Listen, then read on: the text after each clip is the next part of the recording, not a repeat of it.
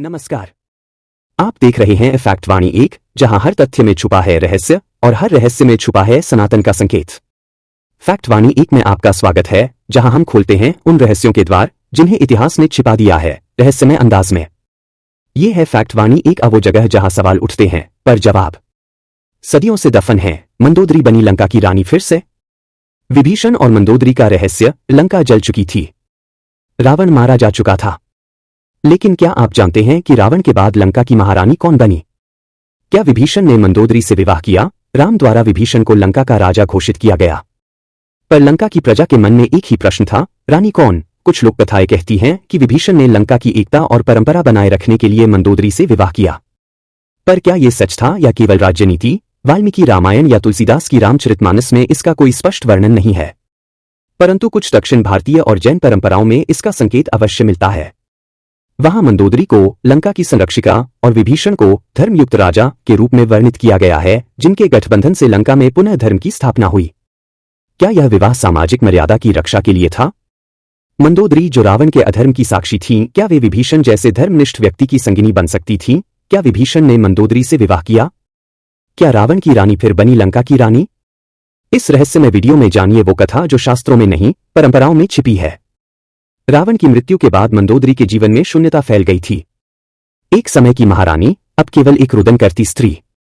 लेकिन लंका को एक बार फिर से दिशा चाहिए थी, और उसे चाहिए था एक रानी विभीषण, जो स्वयं रावण के विरुद्ध खड़े होकर धर्म के पक्ष में खड़े हुए थे, अब राजा थे। लेकिन क्या उन्होंने मंदोदरी को केवल एक विधवा के रूप में देखा, या एक ऐसी स्त्री जो लंका को पुनः धर्म पथ पर ला सकती थी? माता मंदोदरी, लंका आपको जानती है, और मैं भी। आप इस राज की आत्मा हैं। मैंने बहुत कुछ खोया है विभीषण, पर क्या ये लंका अब भी मुझे स्वीकारेगी? लंका को आपको नहीं, आपके भीतर छुपी शक्ति को चाहिए, और मैं उस शक्ति के साथ राज्य चलाना चाहता हूं। क्या यह विवाह केवल सत्ता का प्रतीक था, या फिर यह दो विपरीत ध्रुवों, रावण की रानी और राम के भक्त का मिलन था? एक तप्त अग्नि, दूसरा शांत हिमालय।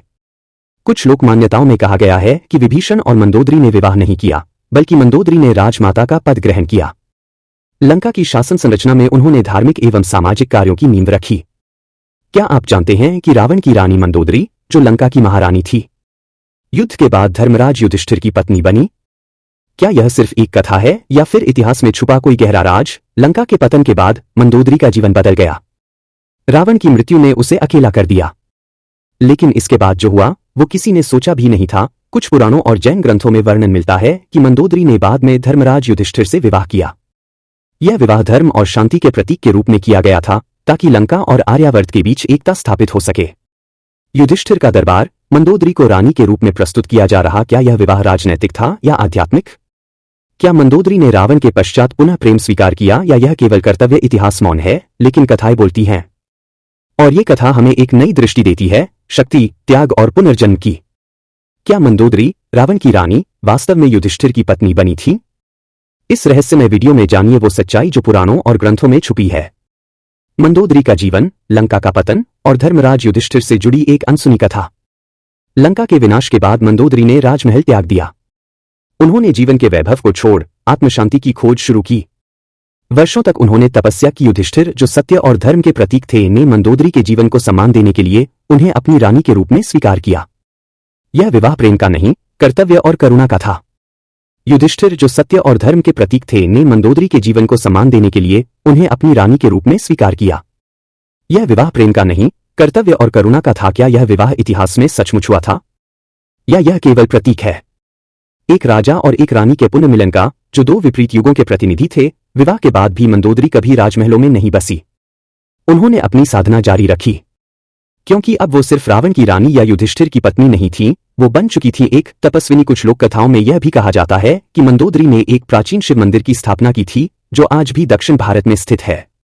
वहां उन्हें देवी तुल्य माना जाता है। रावण की रानी के रूप में जिनकी पहचान थी, वो अंत में लोकमाता बन गईं। इतिहास ने शायद उन्हें मिटा दिया, लेकिन श्रद्धा ने उन्हें अमर कर दिया। अगर आपको यह रहस्य पसंद आया हो तो फैक्ट वाणी 1 को जरूर सब्सक्राइब कीजिए, क्योंकि अगला सच और भी गहरा होगा। मिलते हैं अगले रहस्य के साथ। जय सनातन। हर सवाल का जवाब नहीं मिलता, लेकिन फैक्ट वाणी 1 में हम सवाल उठाना नहीं छोड़ते। मिलते हैं अगले रहस्य के साथ। ये था आज का रहस्य, पर कहानी अभी बाकी है। फैक्ट वाणी 1 को सब्सक्राइब करें और सनातन के सागर में हमारे साथ गोता लगाएं।